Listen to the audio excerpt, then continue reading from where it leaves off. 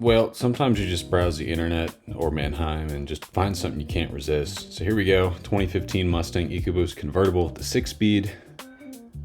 And I just bought this thing for $3,700. So it claims to run and drive. It looks okay. Definitely, they were saying there was something up with the engine, and also the driver's seats and passenger seats are, the bottoms are kind of ripped up. So here we go. Let's buckle up and get into another project that I might not necessarily need. So overall, it looked pretty clean. Nothing too crazy out of the ordinary. Basically, I just wanted to see what it was like to drive the EcoBoost manual Mustang platform, which I've driven the automatics, but I really wanted to drive the manual.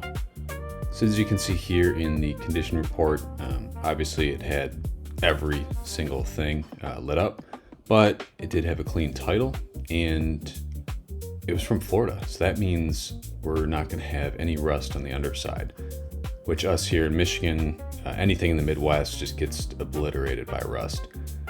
So I figured, why the heck not? So let's wait for her to arrive. About a week or so later, the car arrived. After taking a look at it, it was actually a lot cleaner than I expected. Yes, it's got a bunch of salt and kind of road grime on it, but overall, the body itself was in a lot better condition than I was expecting. So let's get it home and let's assemble a list of what exactly this thing will need. Driving it home went well with no drama. I do have a TPMS light on. I did notice it does have an oil leak. The door speakers are completely clapped out. The seats are ripped. It's gonna need some spark plugs. It's gonna need a air filter, and the coolant bottle's looking pretty poor. So follow along in this series as we dive in and get this thing back to full strength.